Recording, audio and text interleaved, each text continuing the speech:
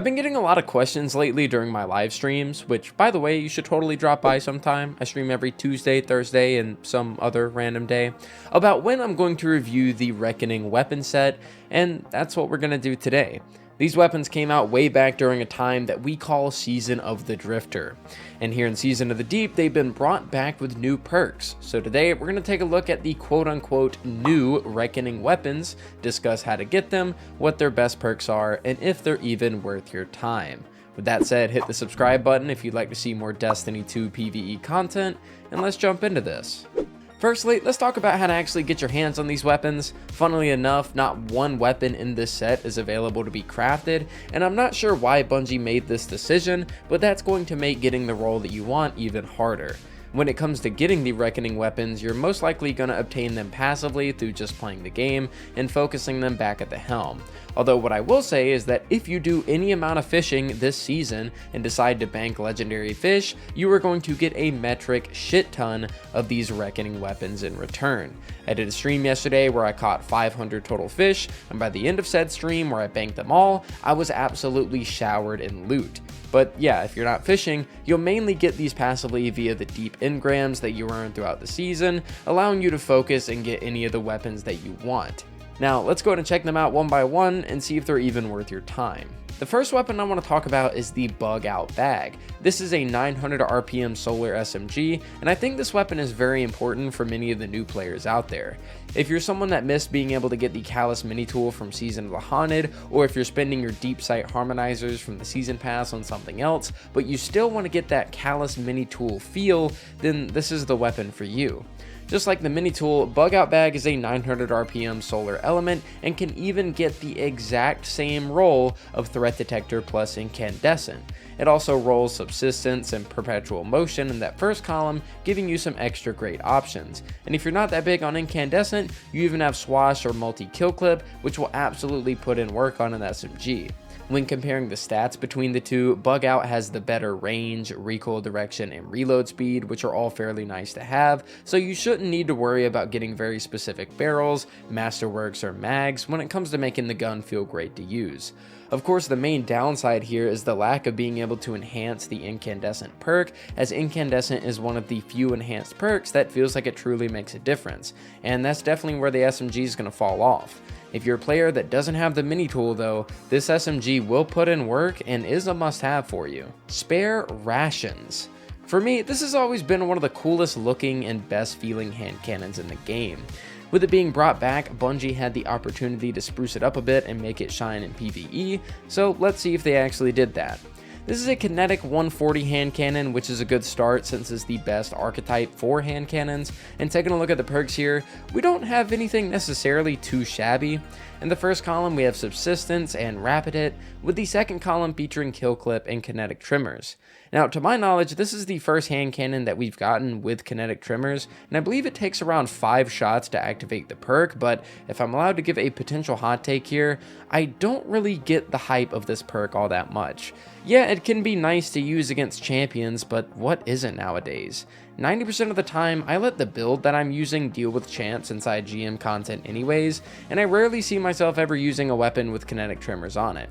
Spare Rations is of course a hand cannon, and legendary hand cannons aren't exactly in the meta right now, but had Bungie put explosive payload in the first column to be paired with trimmers, I feel like we'd be having a whole different conversation in the viability of this thing in endgame. That said, when it comes to hand cannons, I would stick to 𝗟𝗟𝗡𝗏𝗡, Fatebringer, Sunshot, etc. Spare Rations isn't necessarily bad, but it's mid at best in my opinion, and you're better off focusing your effort towards getting a hand cannon elsewhere. Outlast. Next on our list today is the rapid fire frame pulse rifle, which comes in at solar element, but no elemental perks. Now, you guys already know how I feel about pulse rifles in PvE. They don't feel all that great at the moment unless you're using maybe an exotic like Collective Obligation or Revision 0. When it comes to legendaries, the only one I consistently enjoy using is the BXR, but how exactly does Outlast stack up? Well, I'm not the biggest fan of the archetype, as the second you step into any kind of higher end content, you truly are just shooting frozen peas at enemies, but how exactly can the perks help this issue? Well, taking a look here in the first column, we have Feeding Frenzy, Outlaw, Keep Away, and Stats for All. with Kill Clip, Demolitionist, and Dragonfly in the second column.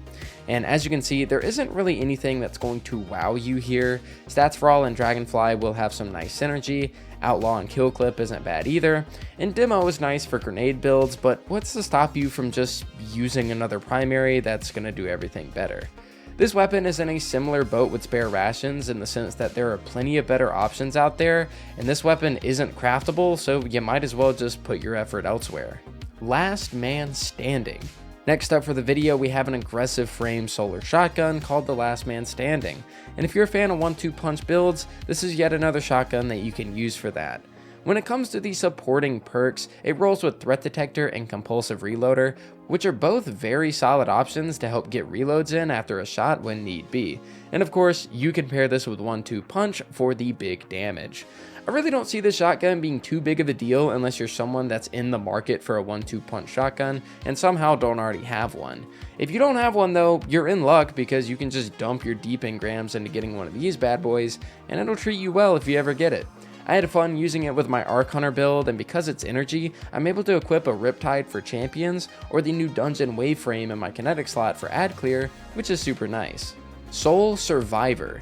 Keeping close to the idea of the previous weapon, Soul Survivor is going to be a gun that you'd want to pick up if you already don't have something similar, that being a sniper that can help you with sustained damage.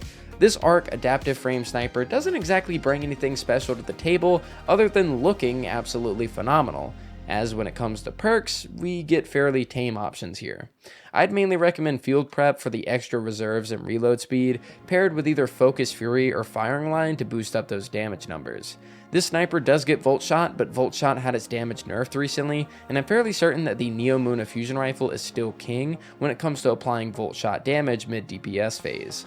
So that kind of leaves Soul Survivor in a weird spot.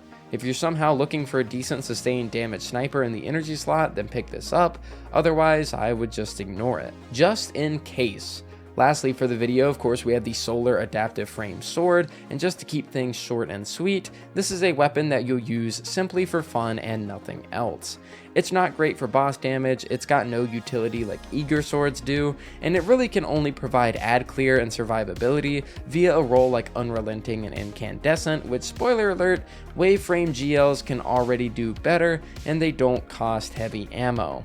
Out of all the weapons in today's video, I would say that this is one that you'd 100% want to ignore unless you're just trying to be a silly Billy.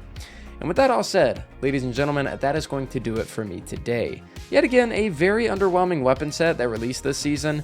Both this set and the Taken set featured at least 1 or 2 good weapons, but nothing game-changing, with the rest being mid at best.